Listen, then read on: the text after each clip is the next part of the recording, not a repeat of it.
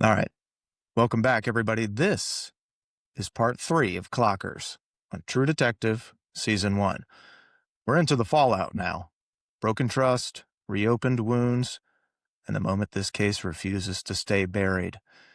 If you're jumping in here, go back and listen to parts 1 and 2 first. They'll set the foundation for what's coming up.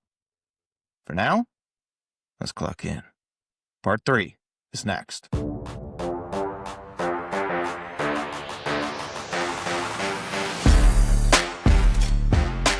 Episode 5. Baby, we are on episode 5. So, episode 4 wraps, and I reflect back on that and I say, I'm in.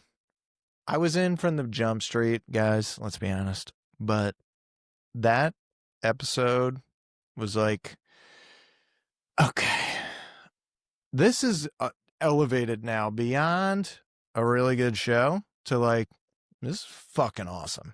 I can't wait to see what the next 4 end up at. And it's no matter what happens, it's going to be good, but can it be great? Well, then there's episode 5. Let's go see.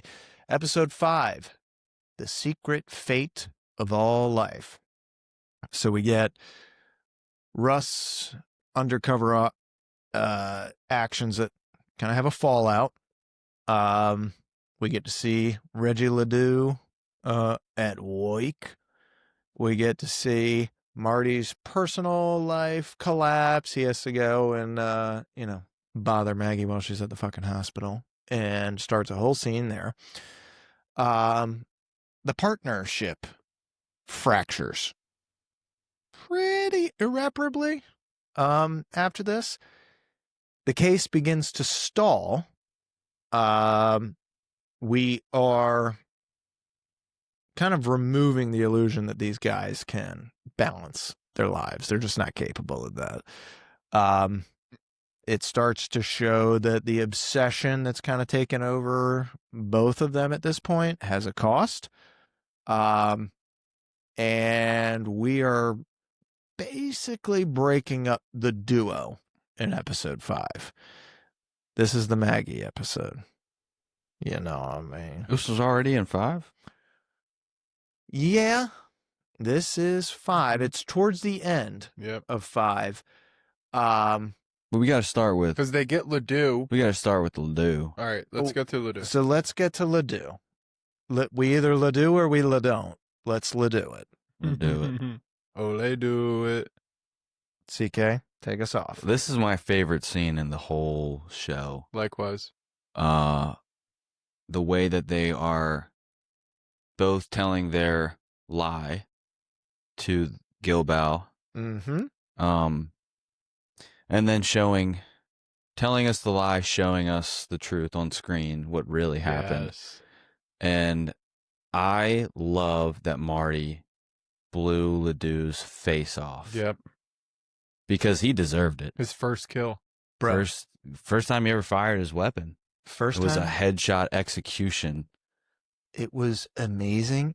And you know what? Immediately, Rust sees that and is like, fuck.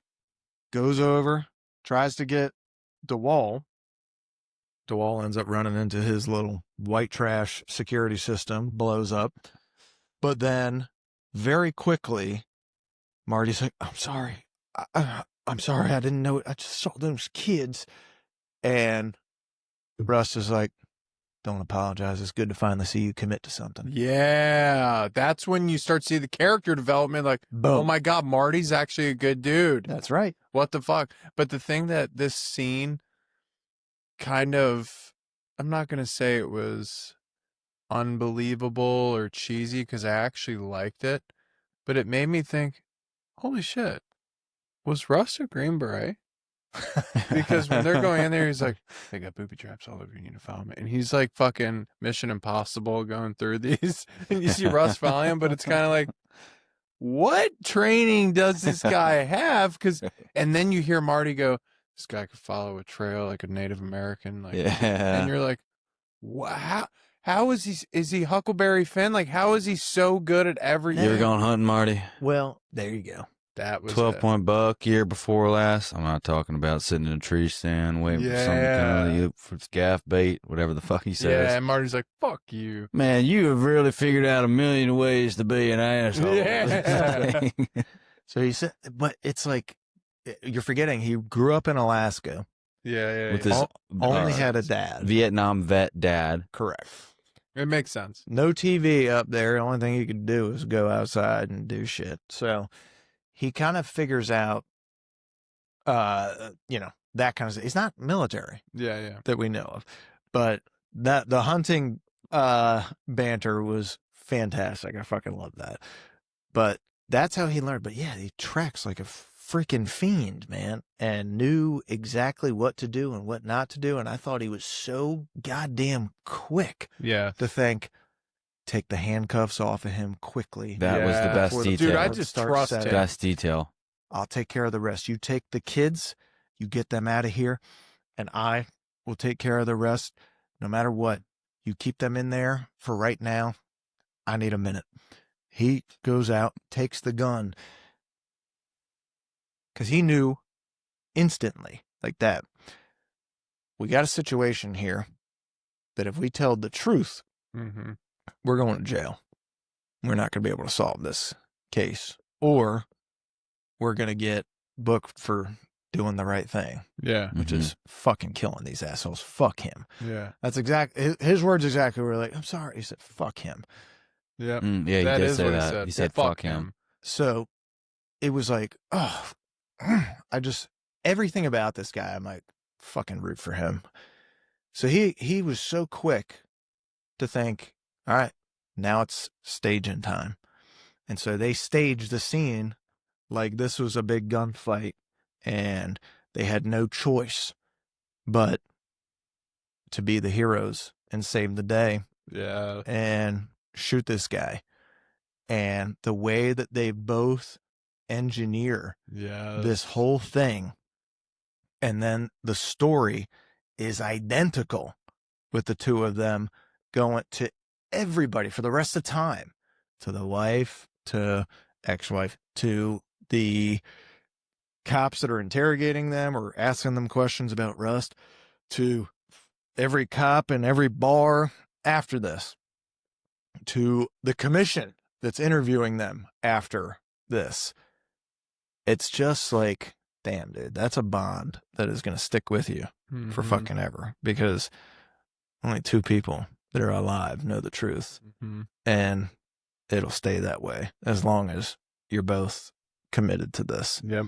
And so this will play later because there is a few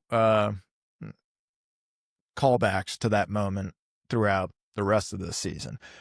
But I just thought it was fucking beautiful. But the detail in that scene between the booby traps, between the get the handcuffs off, and between the quick wit and staging the gunfight, and then to be able to get the kids out of there. One of them's dead. One of them's like barely clinging on to life, and them having to explain everything to everybody, bro.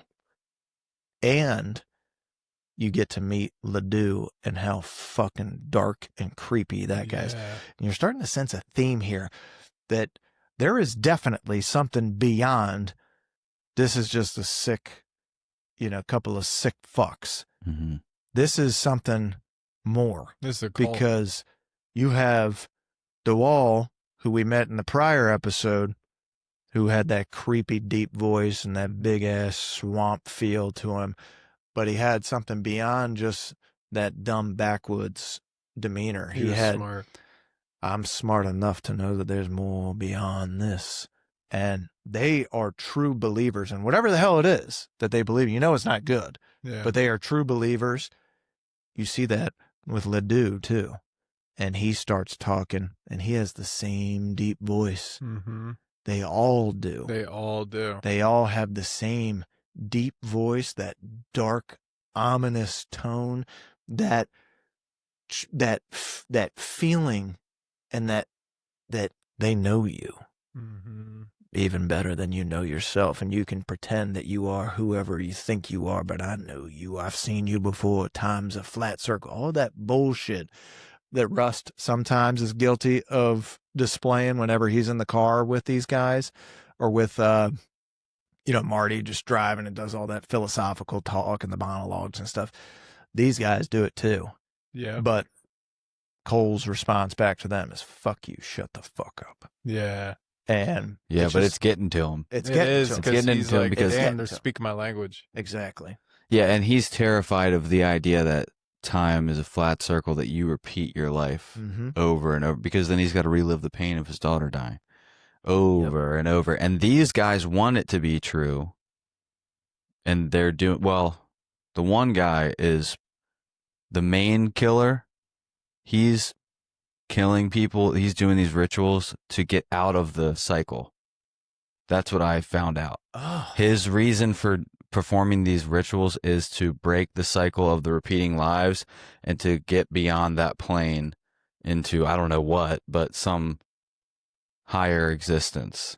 He believes that every person is repeating their lives over and over. That's what the time is a flat circle thing. Well, you'll do this again. I saw you in my dream. Yeah.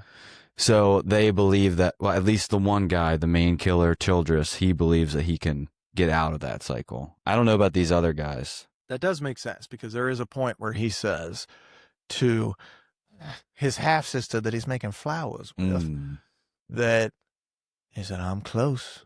He mentioned something like he's close to ascending Yeah. beyond. And it's like, There's much work to be done, my dear. Exactly. Yeah, he dude. turned British. Yeah, we can talk about that when we get to it. When But we get to 8, yeah. we'll get all into this. So, dude, after this, they get a ton of praise at the Force. Marty's a king. Russ is kind of just, whatever. And he then recommends Rust for the Medal of Merit. Rust, they do the interviews, whatever. You get to see them lie about it. It's kind of funny, and their bond, whatever. Then you see Marty go to a bar, and that's when Beth comes in. He gets the T-Mobile phone, He gets which the ends up being T-Mobile his phone downfall. first. Yes. and she's working at T-Mobile. Yes. And then he goes to the bar because he actually controlled himself and was like, I'm not going to do anything. And then he goes to the bar and she walks in and she's like, I'll have a dirty martini, extra dirty. And then starts talking to him. And then they're outside and she convinces him. And then obviously they bang. And when he goes home, he's actually like, he's back with Maggie. And then when he's in the shower, she sees he put his shit in the laundry room, his underwear and all of his stuff. And she's like, what? Oh my God. And then while he's in the shower, he's like, hey, babe, I was thinking we go out tonight, maybe date night. And then she looks through his phone and she's like, sure. After she sees the nude from Beth. Uh-huh. And you're like, oh my God, this guy finally, he was a hero at work. He's back at home. He's a hero at home. Oh my God. But before this, sorry, you get to see him get back in the house because he goes to the roller skate rink with the kids. And that's when Maggie's like, you better not fuck up this time. Yeah. And that was her saying yes. And you just assume they're doing great. And then that's when this whole Beth thing happens. This is after T-Mobile. So T-Mobile, they go to the roller skate rink. He's back. And then he goes to the bar. And that's when Beth gets him. Well, they even get to that point primarily. I mean, I'm not going to say primarily, but in a large part because of Rust and his connection with Maggie, because he says to her, this is about the kids. We, men and women, we're not meant to be together forever. We're not meant to do all this stuff. Marriage is just this weird construct. We are only here to make kids. Yeah. And that's it. He is gonna fuck up. It's what we do. We're not perfect. And, the guy, he deserves another chance. Yeah.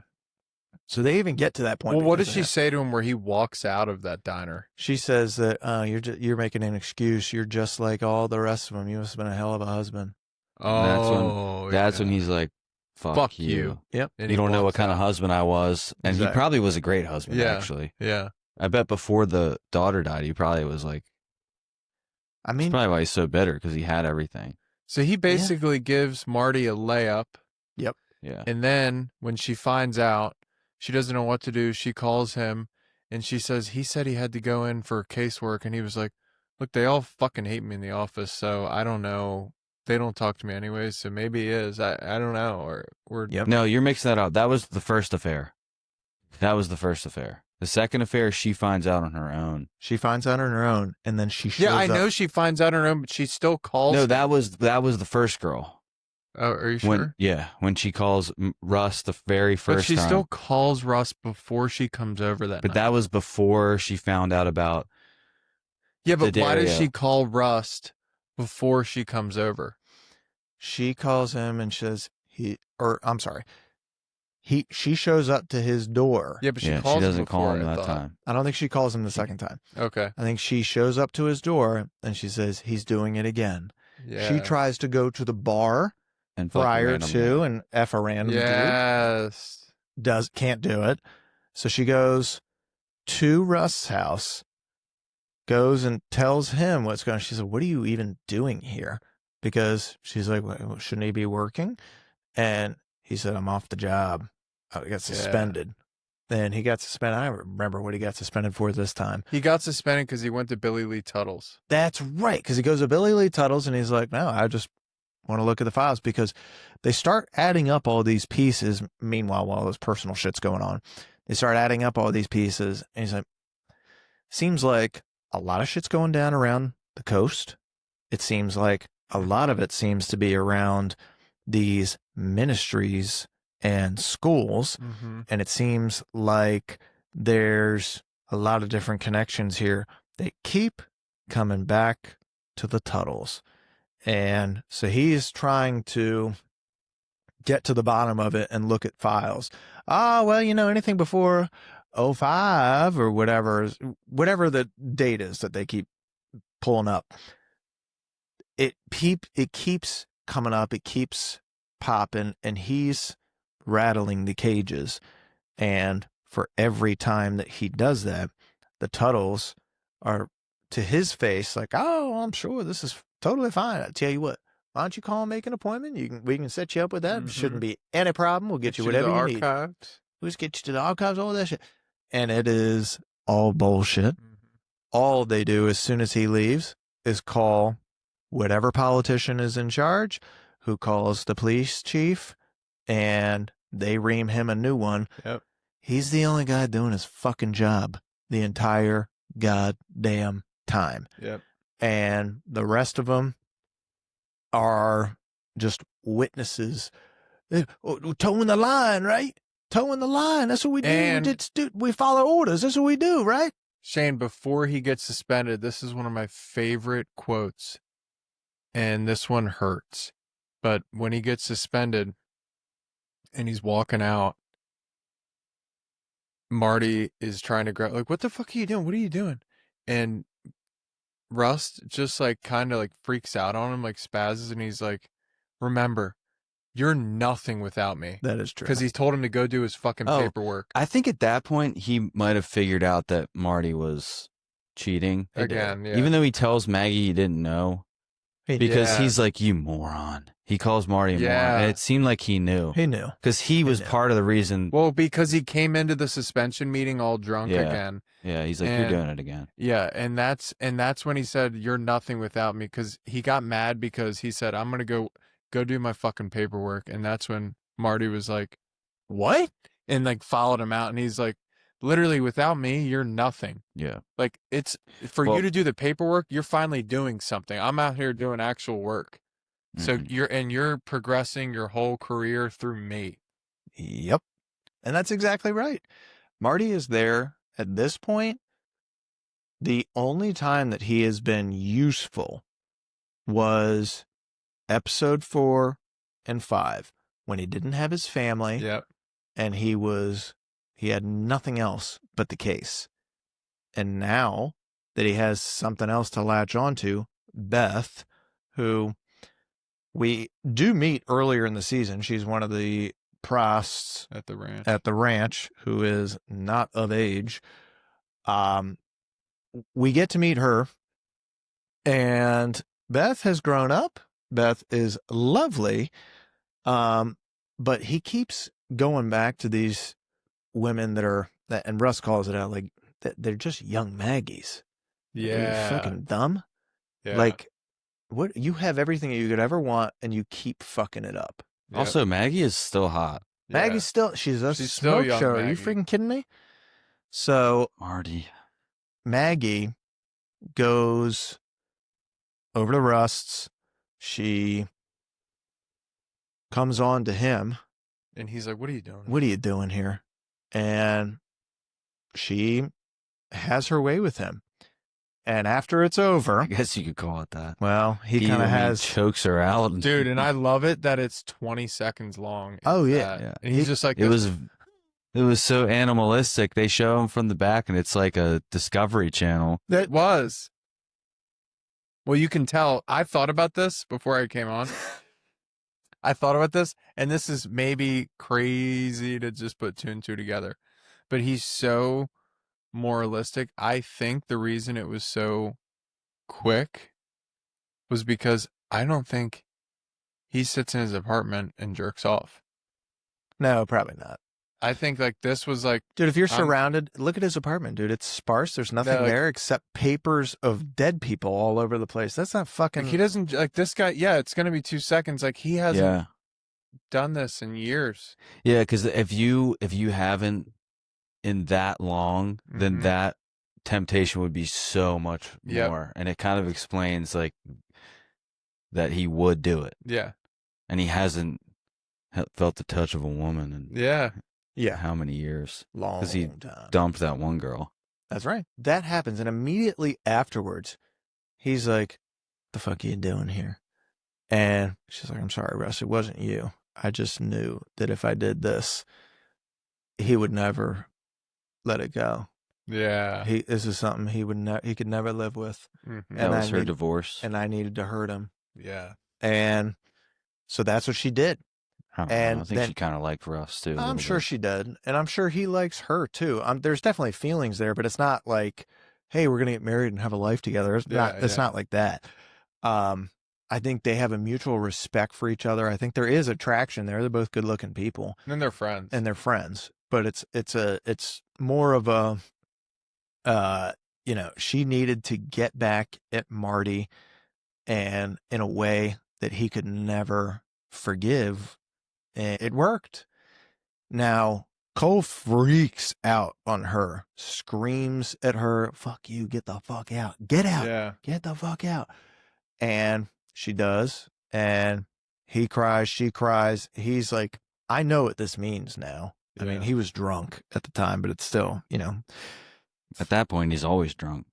Exactly. And people still have to make choices regardless of whether they're drunk or not. So True. he knows immediately once that door closes, well, this is going to be it for me and Marty. And I don't think he's afraid of any confrontation with anybody, He's not. even Marty, but he knows it's coming. So it's like, great. Now I got another thing. Yeah. And all he wants to do is finish this fucking case. Yeah, it's going to get in the way of the case. It's getting in the way. So he's got that weight.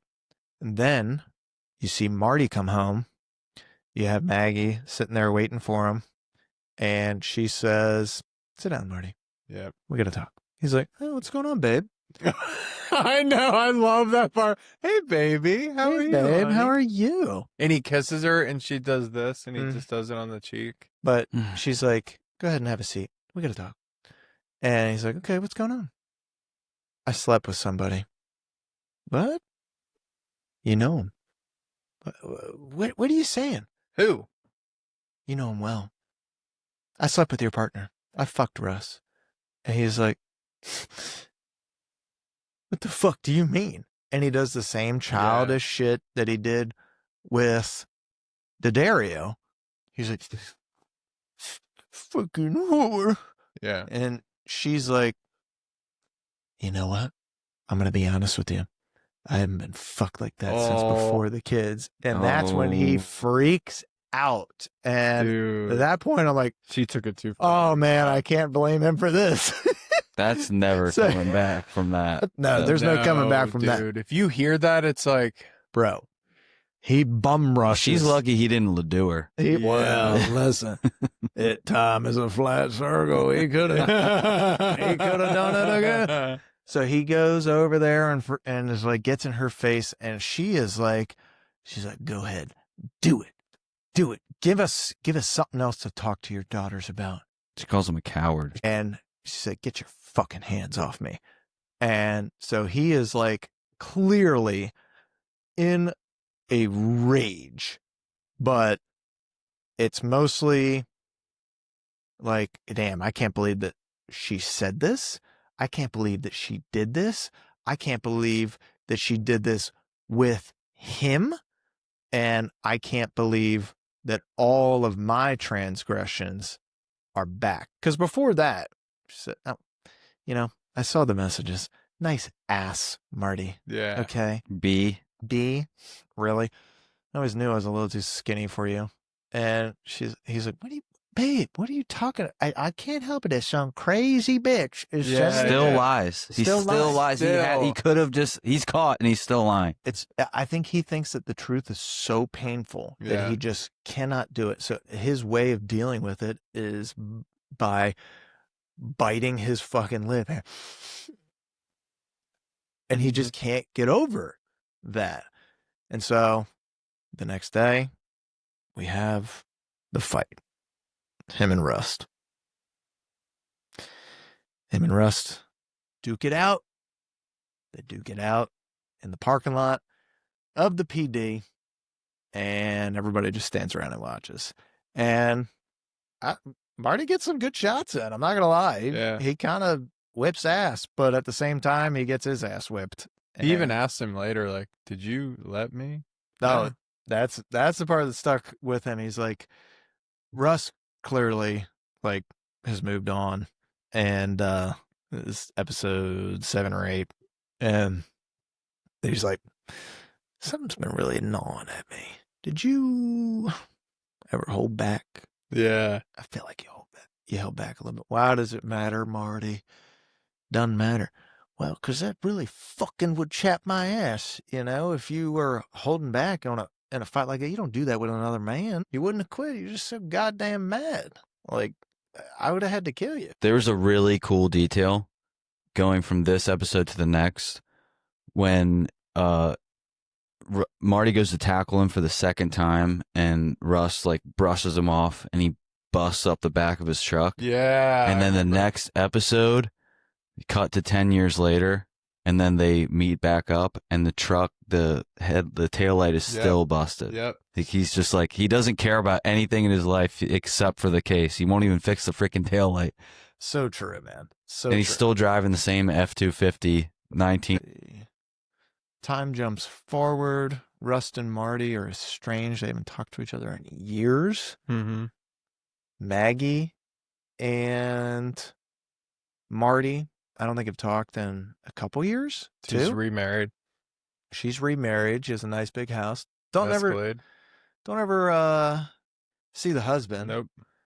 I do wonder if it's the guy from the bar. Yeah. Out of curiosity, he seemed like a nice guy that would fuck missionary style only very soft. And the case is officially closed, but there's a feeling that maybe there's more. Well, I think the interviewers are now breaking to Marty. We think he's a suspect. That's right. Rust. Yep. That's what they're doing. And and then they start showing him pictures. So the whole time they've been like gnawing at this Rust thing. They're like, what? Tell us about Cole. We don't really care about the others. Just tell us Yeah. about Cole. We don't care about the case. And he's like, well, what the fuck do you have this hard on for Rust for? Yeah. Okay. So they start actually finally showing him stuff, and they show him pictures of him at different crime And he's scenes. like That's right. He's with with his silly ass ponytail and all this stuff. So he's like, oh God. So they start showing that stuff, and then it's the first time that Marty has been like,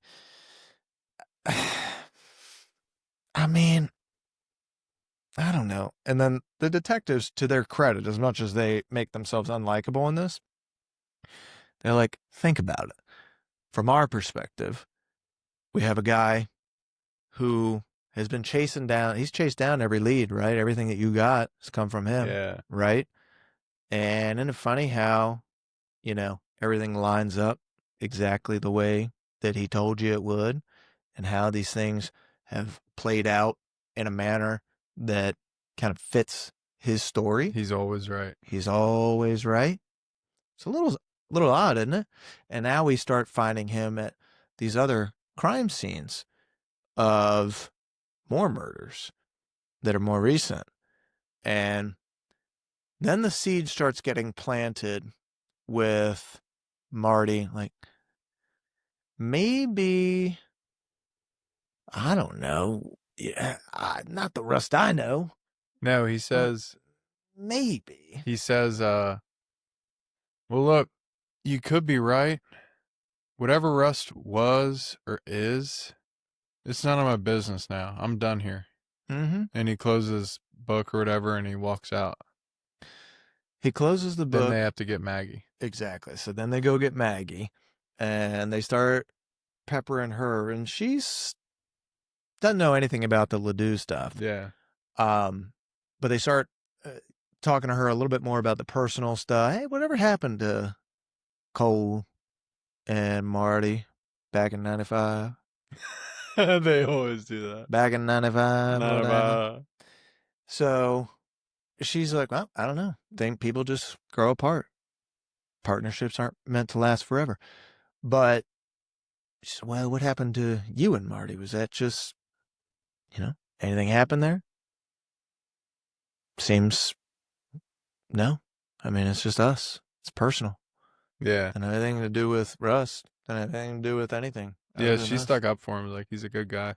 They all stuck up for Rust.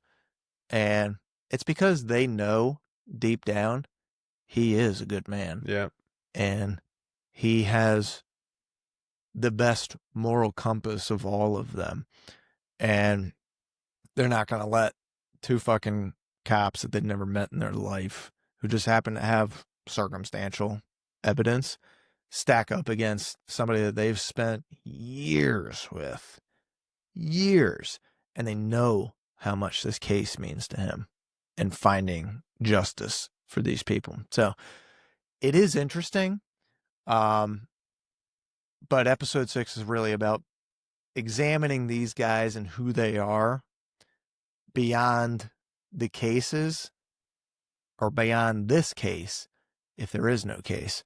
But then they start sprinkling in, maybe there's something else here. And emotionally, it's probably the low point of the season, because you don't know where it's really going to go after this. Yeah. You got the partnership is broken. Rust is, you don't know what the fuck he's up to. Yeah. For the You last don't know. 10 plus years. You know that Maggie and Marty are fucking totally kaputs. Like, they're done. So that's depressing.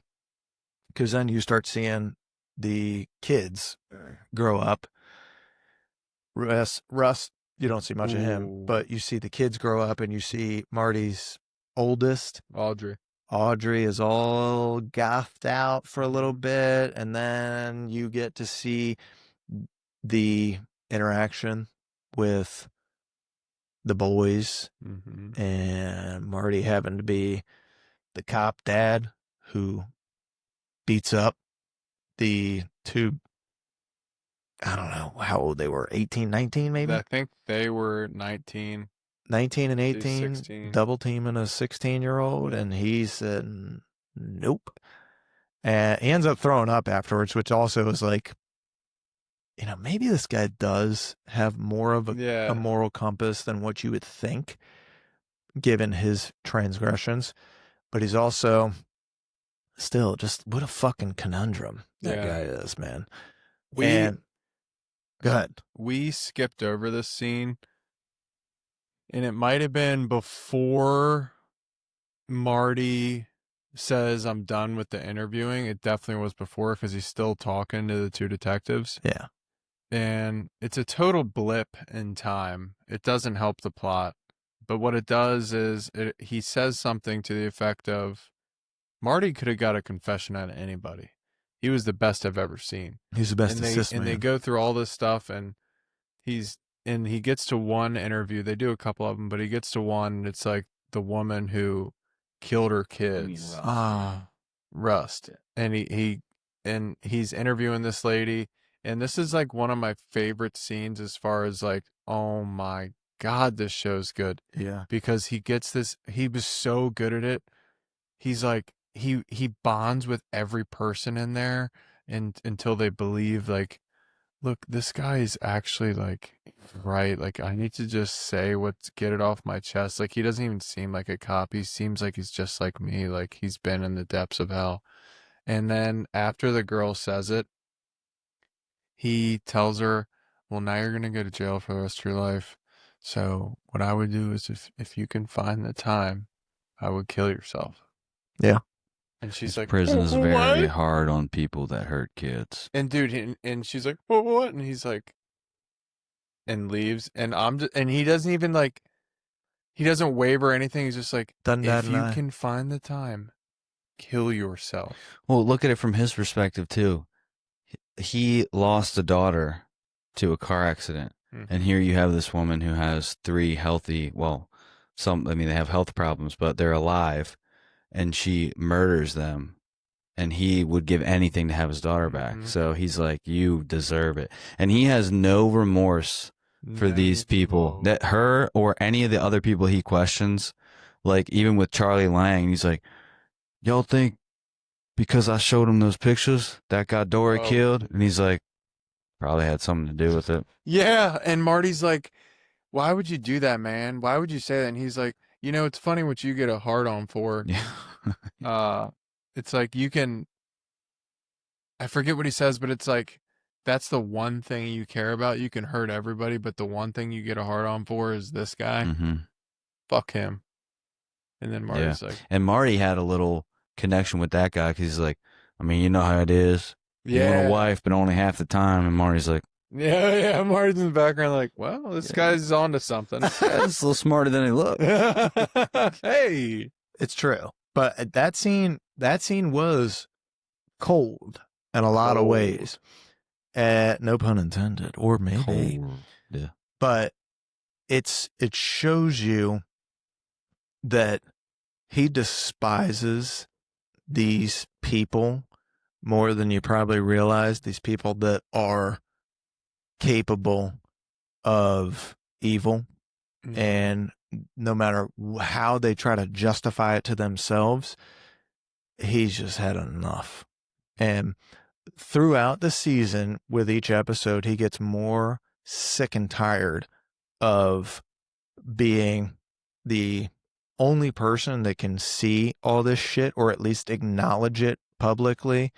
Like, I fucking had it with this place and all of these people and all this corruption and all this shit.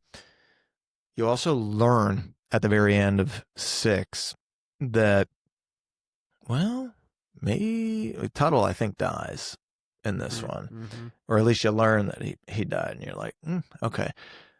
With that scene where you get all these kind of clips of Russ making these assists, so these other police departments will call him in to get confessions out of people, and you see how good he is at it. And it's because he says, it really ain't that hard. I just So calm. Just put myself in their shoes, try to think how they think, and then ask the right questions.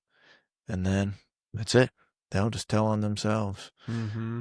And while that goes down, he gets pulled in on one assist where the guy's killed somebody on a theft gone wrong.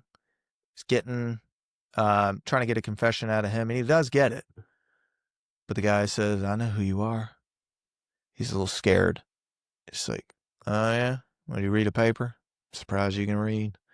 Mhm. And then, well, I know that y'all might have got the wrong man for them killings. And he's like, uh-huh. Well, what do you know? He goes, I want a deal. He said, you ain't gonna get no fucking deal. Why don't you tell me what you know?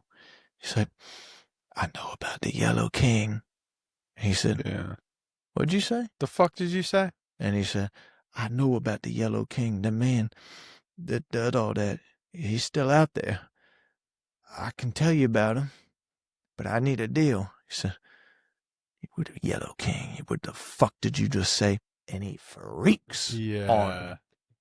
And he ends up, basically beating the guy, and all these other cops rush in. And you can see in that moment a couple of things. You see his tension, like believing that he had gotten the guy, but also maybe something deep down that's like been buried under there, Yeah. telling him like something's left out there, something more. And now he's kind of upset that he doesn't have everything solved. Yes. And it's not done yet. And then he has to get back into this fucking case again that had been Yes. running his life. So I think there's that. And then I think there's the damn, dude, I finally got some what I thought was closure, and now Yeah. I gotta go back and find out more. And it puts him in a weird headspace because it's not exactly a pleasant thing. Child murders and abductions and murders of prostitutes because you think they're lesser than because they do something that they have to do to get by, and then you think that it's also this deep state type of thing that we all kind of think about from time to time, where shit, man, people in power can really do anything Mm-hmm. and get away with it with the right connections, the right money, they can cover anything up. And so he's got all these things weighing on him, and he snaps on this dude, gets pulled out of there, and then we're off to episode 7. There's more that happens in episode 6, but for time's sake, let's get to episode 7. Episode 7, we have the penultimate, the reawakening. We have, it's titled After You're Gone, After You've Gone. We get Russ now finally thinking, shit, the case was never fully solved. We got some of them, we didn't get all of them. Marty reluctantly re-engages. They finally leave the interrogation room, basically, at the police station. As they're leaving, you notice that the police department, the detectives and whoever else is left in there from when those two were still in the department, get to see what time is done to both of them. So you see Rust looks like a crypt keeper, and you see that Marty is pretty buttoned up, and he's certainly in a better headspace than he's ever been. He looks the part. He's got his own investigative firm now, private detective agency. He seems, from at least a professional standpoint, he's got his act together. He's doing the shit that he should have been doing while he was a cop. He's got a little bit more freedom to, select his cases, I guess, and do what he can do. But doesn't have the same amount of resources. But clearly, life has treated him better as he's moved on. It has not done the same for Rust. You can tell by the hair. You can tell by the weathered eyes. The same truck that's beat to shit that still has the bum taillight. So very interesting dichotomy. But they go to the bar that Rust has been working at. Rust tracks him down. They have a conversation for the first time in years. And CK, you want to take me into that bar? Do you remember that Into the scene? meetup? Yeah. Well, the first, just the Russ pulling him over, almost like a traffic stop for a cop, was funny. He's like, buy you a beer? And he's like, okay. And then doubles back. Actually, why don't you buy me a beer? Looks at Like, the car. such a dick. So funny. Yeah, and then Well, Marty's like, he doesn't want to engage. yeah, But- and then he grabs his gun, which I thought was Yeah, kind of. because he doesn't trust him. Yeah, I but like. nobody. I mean, neither of them for a second. Well, Marty can't really ever think that it's Russ doing the murders, but the two detectives, for some reason, they think Russ. It's because he's different and because he's smart. Well, no, the cops just convinced him he's a killer. That's why. Well, yeah, they kind of Do you think did. Marty kind of believes it a little bit? A little I think bit. he He believes does. it a little. Yeah, I 'Cause mean, it I made think sense.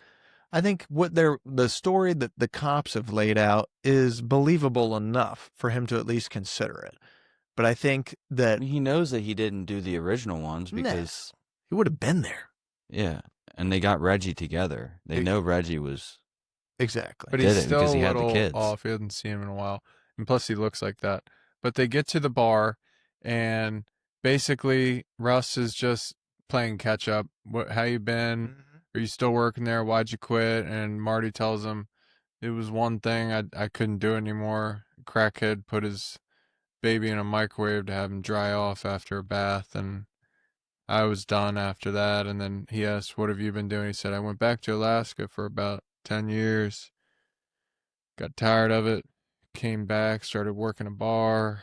And you can tell something brought him back, and it was probably just the case eating at him. But then he basically keeps trying to convince him to do some case with him. And Marty's like, "I'm not doing it." And he goes to leave. And that's when Russ is like, "You owe me," or you owe a debt. "You owe a debt." And Marty turns around and he's like, "Huh? You owe a debt." And then he's in. Yep. And then they go to the storage room. That's right. They go to the storage room, and Some K's, some DBs, some. So, dude, this is like, I love this episode because it's a reunion. Mm-hmm. You get them together. They're both the timelines of merged. We're now. back. We're back. We're in present day. You get these two finally back together, and Marty's suspicious still. He still has the other detectives kind of in his head, but he's also like, fuck, God, Russ is such a dick. He literally tells him at the bar, he's like, Russ, let me be super clear with you. If you were drowning, I would throw a fucking barbell on you. Yeah. I would not help. Why do you think that I would want to help you? He's still pissed at Maggie. He's still pissed at all that stuff, all the baggage. And when he gets to the storage room, he's got his hand on his gun. Mm-hmm. He's ready to go. And then Russ turns the light on, and he can see all the casework that's tacked up on the walls, everything. And Russ, as he does, lights his ciggy and is like, "What you packing there?" He goes, 38. He goes, "That'll do it." Okay. Well, better to be prepared, I guess. Now, anyways, here's what I got. So he's like, I'm not fucking afraid of Marty. Yeah. Trying to pull a fucking gun on me. Are you kidding me? But he starts going around and showing him all the stuff because he said, look, I can tell you all the stuff that I've been up to, and I'd rather show you. And that's what's in the storage room, is the evidence. And a lot of it seems circumstantial to Marty at first. And then he gets into, why don't you take a look at this stuff? You want to know what happened to Tuttle? He goes, I don't. Did you fucking kill Tuttle? Did you kill him? Yeah, that's exactly it. Did you kill him? Oh, you know what? I don't want to know. He's like, no, Marty, I didn't fucking kill him. Let me tell you, I told you before I did narcotics, I did a little stint at B&E. Well, did a stint at burglary. Well, could have made a fucking great B&E man if I don't say so myself. So the Tuttles have a couple of places, got a couple here, a couple out there. one in Florida. I just waited till he went on ministry. I started going to all of them, casing the place. I figured, well, there's a good possibility I've lost my fucking mind because, well, I'm going to fucking break into these places. But then I found what I found. In one of the closets, there's a safe. I broke into it. Take a look at what I found. And he starts throwing down photos Yeah. of kids. And he's like, and these are just like the tasteful ones. So there's also something you got to watch. And he pulls out a VHS video, pushes it into this TV. Marty starts drinking. It's the hard shit. Yeah. There ain't no more beer. And Marty, you just see Russ turns. He's at the end of the storage unit, not looking, smoking, and you just hear, "Oh, fuck, fuck, come on, fuck." And it is, it's Dora Lang, Renee Fontenot. It was Marie Fontenot. Marie Fontenot. And it's this little girl and this ritual getting, I'm sure, raped, sodomized, all of this stuff. It's fucking disgusting. They never actually show it, thank God. And he asked Rust, Yeah. did you watch all of it? And he's like, oh, I watched it a million times. I had to see exactly if I could see a face in there. Yep. And I got one. Got one. And No, none of them took their masks off. no, he said, One and I did. got one. Yep. He said most of them were wearing masks, but Mhm. he had to wait to see if any of them took their masks off, and yeah, one of them did. Which one? It None of them took was their masks off. some of them did. he said it. Yeah, He said, that's why he said he watched it a bunch of times until somebody took their mask off, and I got one. He said, 10 years ago, whenever it I was. don't think so. I disagree. I promise you. He says it, and he says, I will not avert my eyes. I did that before. But which one took their mask off? Because they would have known. It was one, it wasn't one of the Tuttles. No, it was Childress. It was It Ted was a Childress, Childress. and then that's why he goes, you need to get into the archives and see if there's anything with his name. And that's when what's his face Marty goes into the police department, and he makes up a lie how he's going to make documentaries because he's going to go find Ted Childress if he was, and then he comes back to, Says he's going to do true crime novels. and now. then he comes back to Russ and he says, look, I found something.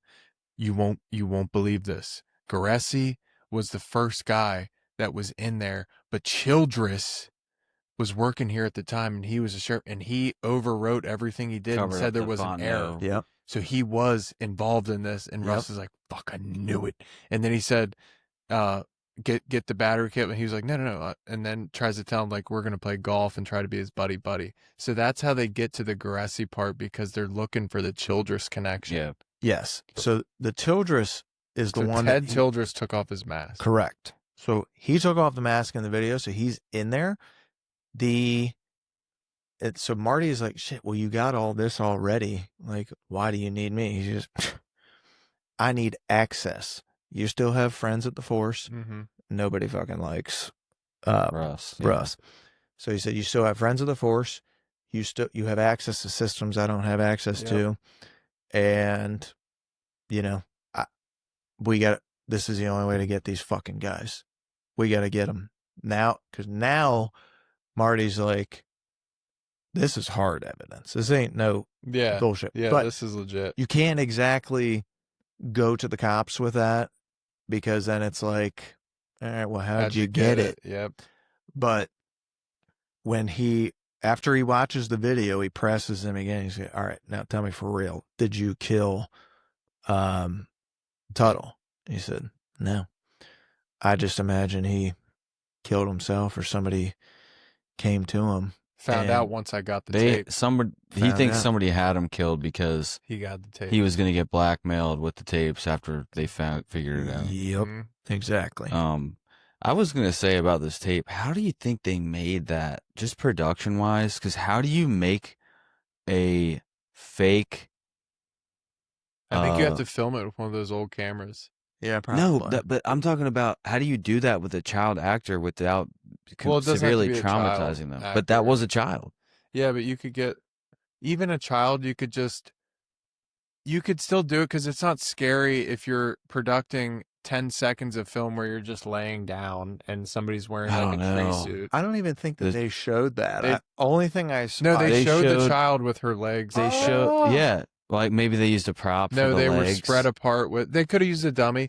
They were spread apart with. But the even rope. the part where they're walking her to the altar, like that's really fucked up for a little kid to have to do that as an actor. Yeah, You got to find one and of like those we people said, that it are doesn't have to be actually. a little kid. It could have been a guy with a wig, like That's a true. smaller, like dude, because it was so grainy. There's no way you would be able to tell. You got to get a. They didn't use a kid. That's all I'm gonna say. I don't know. They didn't. It's HBO, No, I mean, there's got to be something against that. There's no way, they would dude. use No it. one's gonna do that. I'm sure they had to be very careful because. Yeah. It was. I will say, this is my favorite episode because everything comes together. Mm-hmm. They develop. They have the evidence now. Now it's time to put the plan into action, and they know we got some of them back in '95, but we didn't get all of them. Now it's time to find out what the hell we got going on here, and they know that it's deeper. All of the suspicion that he had, that don't you think it's pretty fucking wild that we had that task force come after us a few weeks in to the job? Why the hell would Tuttle care about this? Why would he care Yeah. about this at that time? Don't you think it's a little odd? And it's all, like most conspiracies, it's always like, oh, you're crazy, this, that, and the other, until you get the evidence. And then once you have the evidence that is concrete, makes everything fall into place. So, 1, we get the gang back together. 2, you start seeing all the evidence. 3, you get the plan. And they start putting a plan together at Marty's new investigative offices. And it was just nice to see those two have a little banter. Russ was like, all right, well, how you been? He's like, I'm sorry, I'm just taken aback, and fucking, 15, 20 years, whatever. You never asked me a personal question like that. Yeah. None of my business. None of my business. It was great. So we also skipped over the fact that after the storage room and he goes and he finds out more about Childress. That's when he's looking into Childress, he finds the black grandma is Yes. related somehow. Oh, yeah. She worked there. She worked for the Tuttle family for a long time. Mm-hmm.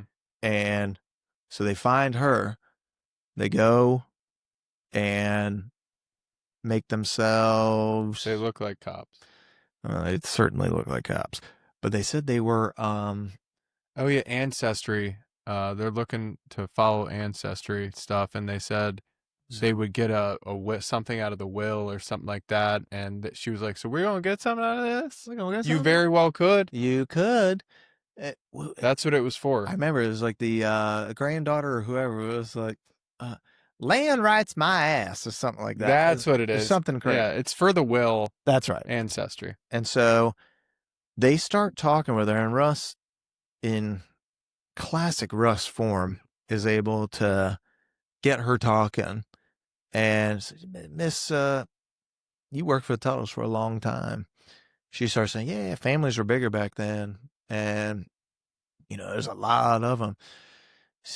He said, so did Mr. Tuttle ever have children outside of the marriage?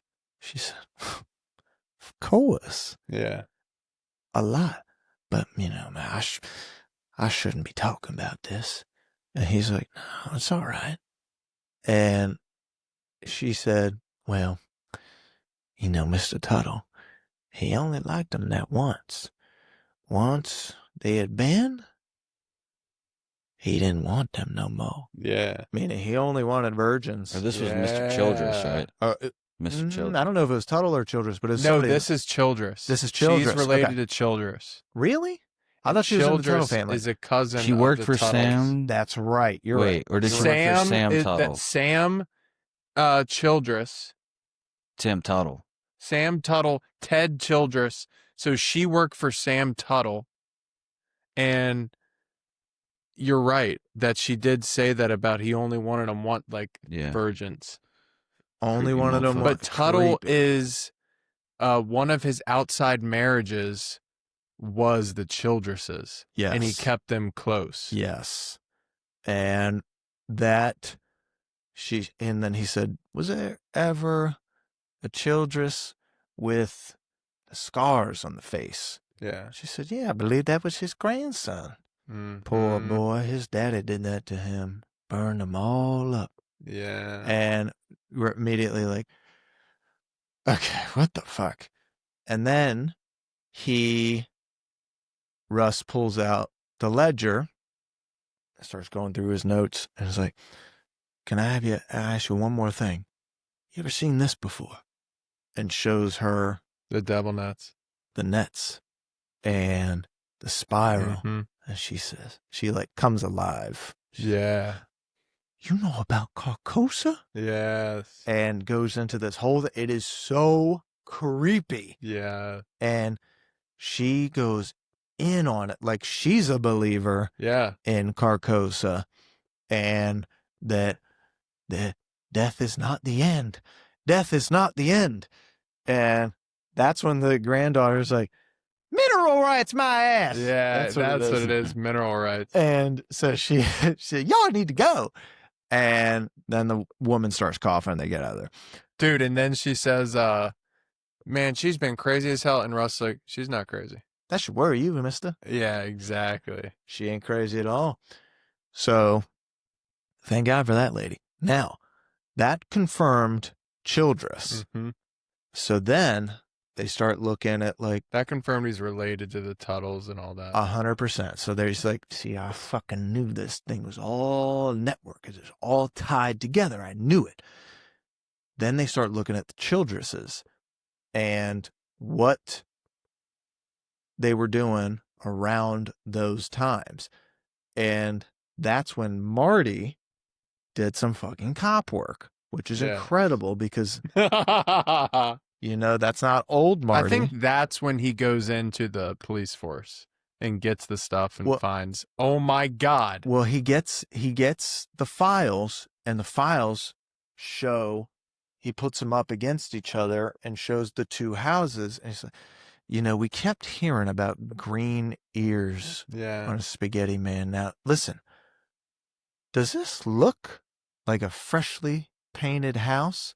And that is when they put two and two together that maybe this guy had paint on his ears. Maybe he was a painter because Childress owned a contracting company. There's so much foreshadowing in this show because he says, really early on, the detective's curse? There's that one clue right under your nose the whole time, and Russ has been staring at this house for years, but he never put that together, and he needs Marty. He's a better detective, but Marty, he needed somebody else, a different set of eyes to look at this. He even met the maintenance man at the school.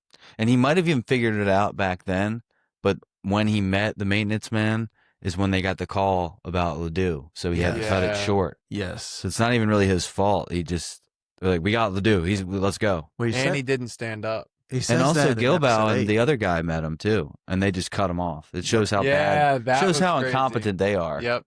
He's like, oh yeah, my family's been here. Thank you. And then they drove off. My family been around here a long time. Yeah. So that's at the very end of episode 7. You get that. Yep. And that's because what were those detectives trying to find? The church that Cole told him about? He said, oh, I think that burned down a long time ago around the hurricanes. Yeah, they're way back in the... Yeah, dude. But what Cole finds out during all of this, and he does this during, you kind of see it like, it might be when they're in the storage room still. So this is like I think this is pre investigation services, Marty's new place. They see, he says, you know what? I went back and looked at some old files from across the state over that time. And especially after the hurricane, and they kept finding reports of these little devil nets all over the place. They just called them stick figures or something. They kept finding them, and there's hundreds of them. Yeah. And he said, so we never did catch that man. He's been having a great year. Yeah. That's what he said. He said the hurricane. He's like, oh man, he had a great year. Yeah.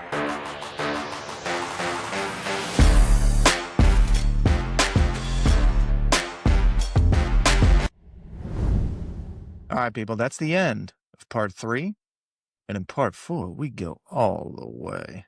Carcosa, the finale, the verdict, and where this season stands today. So stay tuned. Part 4 is coming up next.